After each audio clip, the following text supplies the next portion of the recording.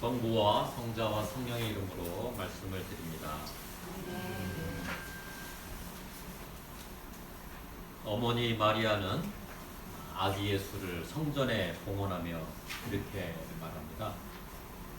두려워하지 마라. 너는 내 사랑이다. 우리가 널 돌볼 것이다.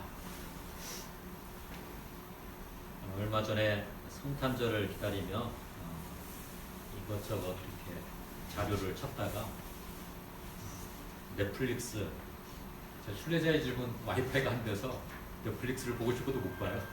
그래서 이렇게 가끔 밤에 사무실에 있을 때 슬쩍 한번 봅니다. 그랬더니 넷플릭스에 마리아라는 드라마, 영화가 뜨는 거예요. 이거 뭐지? 하고 봤더니 어머니 마리아에 관한 이야기인데 여기서 등장하는 대사였어요. 독백. 마리아가 이제 아기 예수를 성전에 봉헌하면서 혼자 독백을 하는 건데 지금 제가 말씀드린 두려워 마라. 너는 내 사랑이다. 우리가 널 돌볼 것이다. 이 말은 이제 제가 이렇게 들은 해석이고 똑같지는 않습니다. 근데 저한테는 그렇게 들렸어요. 예수라는 이 말은 하느님이 구원하신다라는 뜻입니다. 하느님이 구원하신다는 뜻. 구약에도 예수라는 말이 있죠. 이름이 있습니다. 누굴까요? 여호수아. 여호수아도 똑같은 이름입니다. 하느님이 구원하신다. 여호수아는 히브리식 발음인 거고, 지저스, 이제 예수라는 이 발음은 헬라식 표현인 것이죠. 어머니의 마리아는 가브리엘 천사로부터 아기 이름을 이렇게 부여받죠. 루가복음 1장 30절부터 31절에 이렇게 되어 있습니다. 두려워하지 마라. 마리아, 너는 하느님의 은총을 받았다. 이제 아기를 가져 아들을 낳을 터이니 이름을 예수라 하라. 이렇게 가브리엘 천사가 예고를 해줍니다. 또 마태복음 1장 21절에는 또 이렇게 기록을 하고 있어요. 마리아가 아들을 낳을 터이니 그 이름을 예수라 해라. 예수는 자기 백성을 죄에서 구원할 것이다. 예수라는 말이 무슨 뜻이라 했어요? 하느님이 구원하신다는 뜻이었는데 이 마태복음에 의하면 예수가 자기 백성을 죄에서 구원하신다. 이렇게 마태복음에서는 기록을 하고 있잖아요. 그래서 우리가 예수님을 하느님으로 고백을 하는 겁니다. 오늘 저는 예수님의 또 다른 이름을 하나 제안드리고자 합니다. 어떤 이름이 적합할까? 예수님에 붙여드릴 때 저는 성탄절을 기다리며 이런 마음이 찾아왔어요. 예수님은 큰 사랑이시다. 큰 사랑이시다. 물론 이제 사랑이라 단어 하나면 좋다겠지만 워낙 사랑이라 뜻을 두고 다양하게 사람들이 생각하니까 큰 사랑 이렇게 표현하면 그런 조그만 사랑들 말고 우리가 감히 품지 못하지만 기다리는 그 큰 사랑 이렇게 좀 얘기해 볼 수 있지 않겠어요? 원수까지도 품을 수 있는 사랑, 그걸 큰 사랑이라고 얘기할 수 있겠죠. 죽어가는 누군가를 위해서 내가 대신 죽게 할 수 있는 그 사랑, 그게 큰 사랑이라고 얘기할 수 있을 겁니다. 그 정도 돼야 인류를 좀 품을 수 있겠죠, 그죠? 못난 인류를 좀 품을 수 있을 거라 생각합니다. 그래서 성탄절을 이렇게 기다리면서 예수님의 또 다른 이름을 지어본다면 큰 사랑이시다. 큰 사랑. 오늘 대림 4주일 맞아 이 큰 사랑이 어떻게 이게 뭐 그냥 이루어지는 것이 아닌 것 같아요. 큰 사랑도 만들어지는 거지, 연그러지는 거지. 어떻게 연그러지는지 말씀드리고자 합니다. 예수님께서는 이미 태어날 때부터 그런 큰 사랑의 씨앗을 갖고 있었겠지만 그게 그냥 키워지는 게 아니라고 생각합니다. 수많은 존재의 도움이 있어서 그 씨앗이 싹이 트고 줄기가 생기고 가지가 생기고 줄기가 생기고 잎도 생기고 하면서 큰 사랑으로 자라는 것이지 씨앗을 갖고 있다고 다 되는 건 아닌 것 같습니다. 아기 예수가 큰 사랑으로 태어나서 큰 사랑으로 자랄 수 있었던 것은 예수님 혼자서는 불가능했다. 주변에 많은 존재들의 도움이 있어서 큰 사랑으로 자랄 수 있었고 그래서 당신의 사명을 완수할 수 있었다. 예수의 주변에는 그렇게 큰 사랑이 될 수 있도록 좋은, 건강한, 온전한 산파들이 많았다. 그렇기 때문에 큰 사랑의 역할을 감당해낼 수 있었다. 이런 고백을 드리고 싶습니다. 지난주 대림 3주일에는 세례자 요한에 대한 이야기를 들었죠. 세례자 요한. 저는 이 세례자 요한도 이 아기 예수의 이 심겨진 그 큰 사랑, 그 씨앗이 잘 자랄 수 있도록 도왔던 많은 산파들 중에 한 명이라고 저는 봅니다. 세례자 요한. 또 누가 있을까요? 오늘은 또 다른 산파에 대한 이야기를 하라고 성서는 우리에게 공고를 하고 있습니다. 어머니 마리아죠. 그렇죠? 어머니 마리아만큼 직접적인, 아주 핵심적인 역할을 한 사람이 또 있었겠습니까? 그 누구보다도 예수님이 큰 사랑이 되도록 안내하고 도왔던 인물이 어머니 마리아였겠죠. 우리가 성경으로 받아들인 네 복음서에는 어머니 마리아에 대해서 그다지 많이 언급되어 있지 않아요. 거의 없죠. 유일하게 이제 누가복음에서만 마리아에 대한 언급들이 그나마 좀 등장을 하고 있습니다. 그것도 이제 뭐 마리아가 어디서 태어났는지, 그 부모는 누군지 뭐 이런 것도 자세히 기록되어 있지 않아요. 그죠? 그래서 이렇게 좀 찾아보니까 우리가 성경으로 받아들인 내 복음서에는 기록되어 있지 않지만 우리가 외경이라고 얘기하는 그런 기록물에는 어머니 마리아에 대한 기록들이 나름 잘 기록되어 있고, 더 놀라운 것은 이슬람 경전 있죠. 그 뭐죠? 경전 이름이 뭐죠? 코란에도 마리아에 대한 언급이 있습니다. 그래서 그런 것들을 다 종합을 해보면 이렇습니다. 성경에 나와 있지 않지만 그런 것들을 다 종합을 해보면 어머니 마리아의 태어났으니까 아버지가 있을 거 아니에요. 아버지가 요아킴입니다. 제가 세례명이 요아킴이잖아요. 요아킴. 어머니는 안나예요. 안나. 이 두 분은 아주 금실이 좋은 부부로 유명합니다. 근데 이제 이상하게 결혼을 했는데 나이가 들도록 자녀가 없었어요. 그래서 이 요아킴이 약간 조금 우둔한 부분이 있는 거야. 아이고 어떻게 하느님이 이 자녀는 굉장히 큰 축복이거든요. 이렇게 나한테 축복을 안 주지? 그래서 무식하게 사막에 나갑니다. 하느님이 자녀를 줄 때까지 사막에서 살리라. 거기서 기도하리라. 막 사막을 다니면서 왜 나는 하느님도 잘 믿고 내가 뭘 잘못했는데 자녀의 축복을 안 주십니까? 하면서 사막에서 살아요. 안나는 집에 혼자 있고. 근데 어느 날 예고를 받죠. 똑같습니다. 이 예수님 태어날 때 예고하고 거의 흡사해요. 가브리엘 전사가 나타나가지고 집으로 돌아가라. 안나에게 좋은 일이 생길 것이다. 그래서 그 사막에서 살다가 집에 찾아가요. 그랬더니 얼마 후에 안나가 임신을 해서 마리아를 낳게 되지요. 이런 이야기가 있어요. 그런데 저는 이런 이야기를 보면서 이제 구약에 이런 비슷한 게 있어요. 뭐죠? 한나, 사무엘과 한나 이야기. 한나도 자녀가 없었잖아요. 그러니까 성전에 가서 맨날 울면서 기도를 합니다. 그랬더니 왜 이렇게 성전에 와서 우냐 했더니 저 자식이 자녀가 필요합니다. 해가지고 난 게 사무엘이잖아요. 그 얘기가 떠오르더라고요. 근데 이제 조건이 있습니다. 한나가 사무엘을 가졌을 때 조건이 있었죠. 뭐냐면 사무엘은 성전에 공헌해야 한다. 너의 아들이 아니라 하느님의 아들이 돼야 한다. 이런 거잖아요. 이런 것처럼 요아킴과 안나가 마리아를 갖게 되는 전제 조건이 뭐냐면 때가 되면 성전에 공헌해야 한다. 성전에 공헌한다는 거는 이제 집을 떠나서 인간적인 연으로 이제 살아가는 게 아니다. 이런 걸 얘기를 하는 거죠.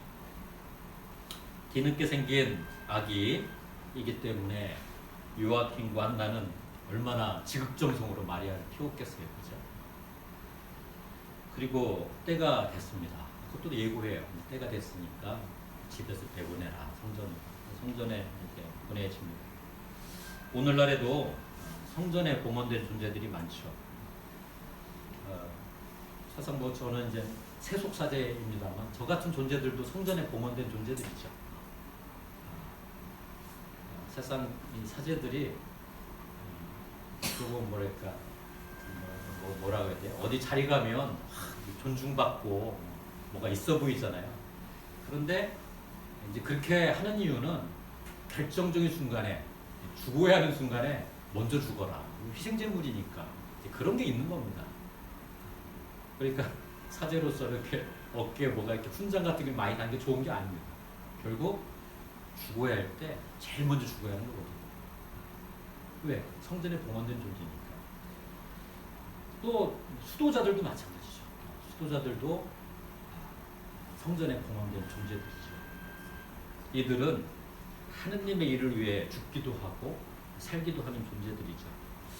정확한 건 알 수 없지만 마리아가 부모의 곁을 떠날 때가 됐을 때 성전에 이렇게 봉헌이 됩니다. 근데 성전에 봉헌되면 이제 성전에 가서 살게 되는데 다른 게 아니에요. 요즘에도 이제 신학교 이런 거 있잖아요. 신학교 가면 성경 말씀도 배우고 또 다른 학문도 배우고 또 제일 중요한 건 뭐냐면 성전과 관련된 허드렛 일 다 하는 겁니다. 쓸기도 하고 닦기도 하고 음식도 만들고 이런 일 다 하는 거죠. 이 마리아도 어린 나이에 성전에 봉헌되어서 부모와 떨어져서 그런 일을 하는 겁니다. 그러니까 집에서 배우지 못하는 것들을 많이 배우는 거죠. 이스라엘 역사는 이런 것이다. 하느님 이스라엘 백성들에게 뜻하는 거는 이런 거다. 구약 말씀은 이런 거다. 이런 걸 열심히 일도 하지만 시시때때로 그런 공부를 합니다. 그래서 많이 알게 되는 거죠. 하느님은 이런 분이시구나. 세상은 이런 게 세상이구나. 인간들이라는 존재는 이런 존재들이구나. 이런 걸 이제 배우게 되는 겁니다. 오늘 우리가 함께 들은 누가복음 1장 46절에서 또 55절 이게 이제 성모 마리아 송가라고 우리는 흔히 알고 있잖아요. 영어로는 마그니피카이라고 이렇게 얘기합니다. 이 성모 마리아 송가는 성전에 봉헌된 마리아가 그동안 경험한 것을 집약해 놓은 겁니다. 내가 가서 성전에서 하느님의 자녀로 살면서 공부도 하고 일을 해보니까 하느님은 이런 분이시구나. 하느님이 원하는 세상은 이런 세상이구나. 다시 메시아가 오면 이렇게 되겠구나라는 것을 집약해서 고백한 게 이 마그니피카입니다. 성모 마리아 송가입니다. 제가 다시 한번 잘 이걸 우리가 성모 마리아는 이런 생각, 이런 의식, 이런 영성을 갖고 살았던 사람이구나 걸 알아야 어떻게 아기 예수에게 큰 사랑이 되도록 안내했는지를 이해할 수가 있기 때문에 그렇습니다. 내 영혼이 주님을 찬양하며 내 구세주 하느님을 생각하는 기쁨에 이 마음 설립니다. 하느님과의 얼마나 친밀감이 있었는지가 느껴질 수 있는 것이죠.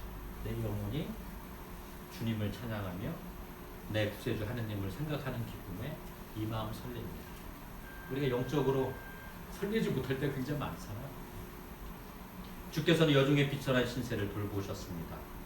이제부터는 온 백성이 나를 복되다 하리니 전능하신 분께서 나에게 큰 일을 해주신 덕분입니다. 주님은 거룩하신 분, 주님을 두려워하는 이들에게는 대대로 자비를 베푸십니다. 주님은 전능한 팔을 펼치시어 마음이 교만한 자들을 흩으셨습니다. 권세 있는 자들을 그 자리에 내치시고 보잘것없는 이들을 높이셨습니다. 또 어떻게 하죠? 배고픈 사람은 좋은 것으로 배불리시고 부유한 사람은 빈손으로 돌려보내셨습니다. 주님은 약속하신 자비를 기억하시어 당신의 종 이스라엘을 도우셨습니다. 우리 조상들에게 약속하신 대로 그 자비를 아브라함과 그 손들에게 영원토록 베푸실 것입니다. 이런 믿음, 이런 생각, 이런 의향을 갖고 살았던 존재가 마리아였던 것이죠. 마리아의 신앙은 매우 뚜렷합니다. 하느님은 어떠한 분이신지, 인간들은 어떻게 살아야 하며 궁극적으로 우리가 뭘 기다려야 하는지를 마리아는 알고 있었던 것이죠. 여러분도 오늘 이 시간 끝나고 돌아가시면 그래 마리아의 그런 마음이 무엇인지를 다시 한번 되짚는 시간을 한번 가져보시기 바랍니다. 이런 젊은 마리아에게 요즘으로 하면 젊다고 할 수도 없는 거죠. 어린 마리아에게 아주 뜻밖의 사건이 발생을 하죠. 루가복음 1장 30절 31절의 말씀. 두려워하지 말라 마리아, 너는 하느님의 은총을 받았다. 이제 아기를 가져 아들을 낳을 터이니 이름을 예수라 해라. 성전에서 있으면서 아직 남자를 가까이 하지도 않았는데, 물론 성경에는 약혼한 존재가 요셉이 있습니다. 그 영화를 보니까 또 요셉하고 어떻게 만나는지 영화에서 또 그려놨더라고요. 그러나 약혼한 정도지 같이 살고 있는 거 아니거든요. 근데 어떻게 합니까? 아기가 생깁니다.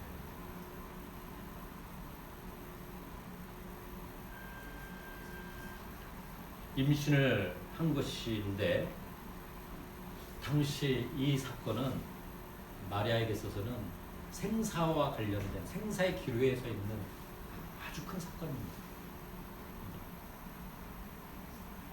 당시 율법에는 원인모를 임신을 하면 어떻게 되느냐면 도덕적으로 정죄를 받습니다. 그리고 그 기회를 아주 노리는 남정네들이 굉장히 많았어요. 죽이는 겁니다. 합법적으로. 원인모를 임신을 한 마리아의 상태가 어땠을까? 가브리엘 천사가 나타나서 나에게 굉장히 큰 일을 부여하셨다. 그걸로 이 모든 게 다 해결될 수 있을까요? 마리아도 인간인데. 물론 성경에는 이 몸은 주님의 종입니다. 지금 말씀하신 대로 저에게 이루어지길 바랍니다. 이렇게 아주 간단하게 기록하고 있지만 인간 마리아의 심정은 이렇게 간단한 문장으로 이해될 수 없는 상황이었을 겁니다. 같은 여성으로서 이 자리에 계신 여성 교우님들은 아마 제가 느끼는 것과 또 다른, 아니 더 심각하게 아마 느낄 수도 있겠죠.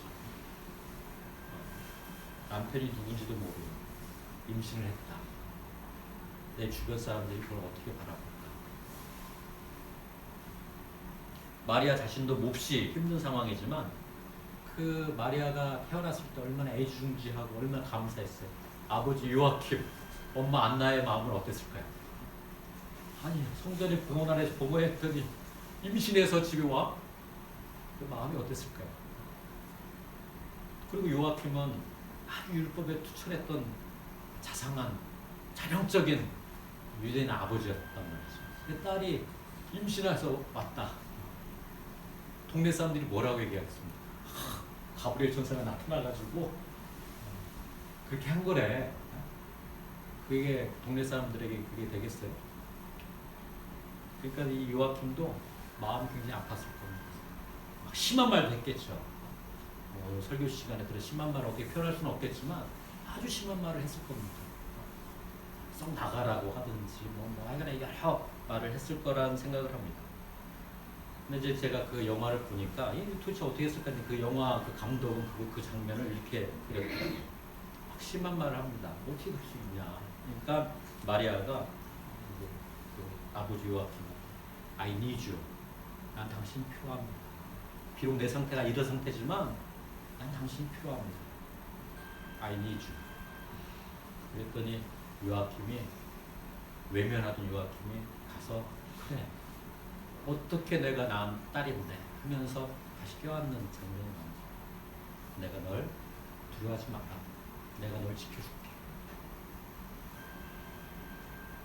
그래서 요아킴과 안나가 나중에 마리아는 이런 역할을 할 거다라는 걸 알고 있었기 때문에 하나님의 거대한 사건이야 막 하면서 그랬을까? 그렇지 않을 거라 생각합니다.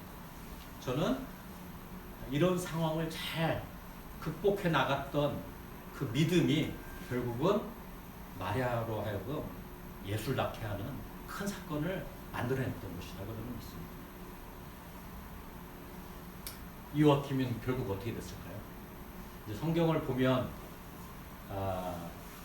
베들레헴 가서 이제 아이를 낳잖아요. 그러니까 헤로데 왕이 그 메시아가 난다라는 소식을 듣고 거기로 군사를 보내가지고 그때 태어난 아이들 싹 죽이잖아요. 이럴 때 요셉이 마리아를 데리고 이집트로 피신을 갑니다. 성경은 그렇게 기록되어 있어요. 거기에는 이제 요아킴이나 안나에 대한 언급은 없습니다. 근데 어렵게 얻은 마리아인데 그 순간에 요아킴이 그냥 멀리 쳐다보고 있었겠어요? 그렇지 않습니다. 이 영화를 보니까 요아킴이 직접 마차를 끌고, 왜냐면 어렸으니까, 마리아도 어리고 요셉도 아직 어리니까 뒤에 태우고, 야, 피신 가자. 피신 가다가 도적대를 만나는데 요아킴이 그 도적대들하고 싸우다가 죽어요. 그러니까 그 딸을 지키기 위해서 자기 목숨을 희생을 한 거죠. 예수라는 큰 사랑이 자라고 그 역할을 다할 수 있기까지 다양한 산파들이 있었는데 어머니 마리아만 있었던 게 아니라 그 어머니의 마리아를 있게 한 요아킴과 안나도 있었다는 것이죠. 또 어머니 마리아의 남편 요셉은 또 어떨까? 이 시간 우리도 생각해 볼 수 있습니다. 당시 유대인들의 문화를 우린 잘 이해하지 못하죠. 그러나 뭐 지금 오늘날 우리가 상상을 해봐도 내가 약혼한 여인이 임신을 한 상태로 나타났다.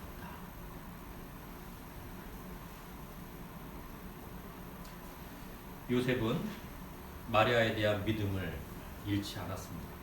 그리고 마리아를 향한 사랑을 잃지 않았던 것이죠. 그래서 당신뿐만 아니라 당신이 품고 있는 그 아기까지 내가 돌보겠습니다. 이런 마음이 있었을 때 비로소 요셉이 마리아와 함께 그 역사의 대열에 설 수 있었던 것이죠. 작은 사람들이 모여서 저는 큰 사랑이 이룬다고 봅니다.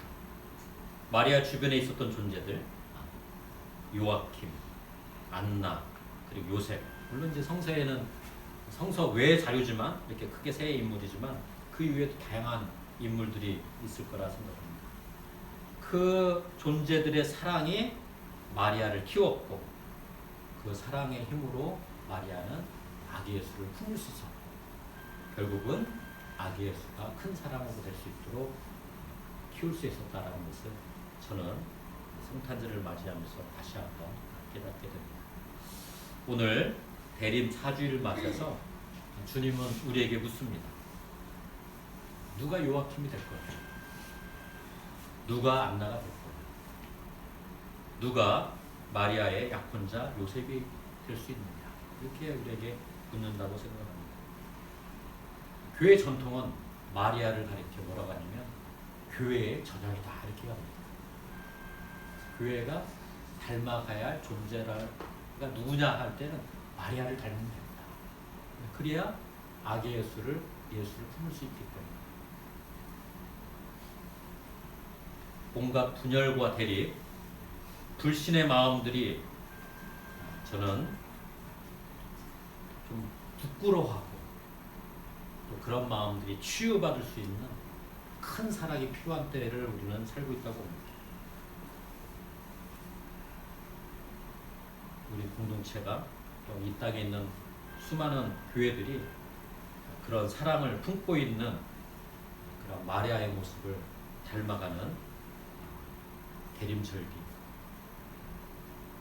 되기를 이 시간 간절히 소망하고, 또 우리들 각자가, 저는 이제 세례명이 요아킴입니다만 저를 두고 하는 얘기가 아니라 여기 계신 수많은 존재들이 요아킴이 되고 안나가 되고 요셉이 되기를 간절히 소망합니다. 그래야 우리가 마리아라는 아기 예수를 품을 수 있는 공동체가 이루어질 수 있지 않겠습니까? 그런, 비록 며칠 안 남았지만 그런 마음들 품는 우리가 되기를 이 시간 간절히 기도합니다. 성부와 성자와 성령의 이름으로 말씀을 드렸습니다. 오늘의 말씀을 기억하며 잠시 침묵하겠습니다.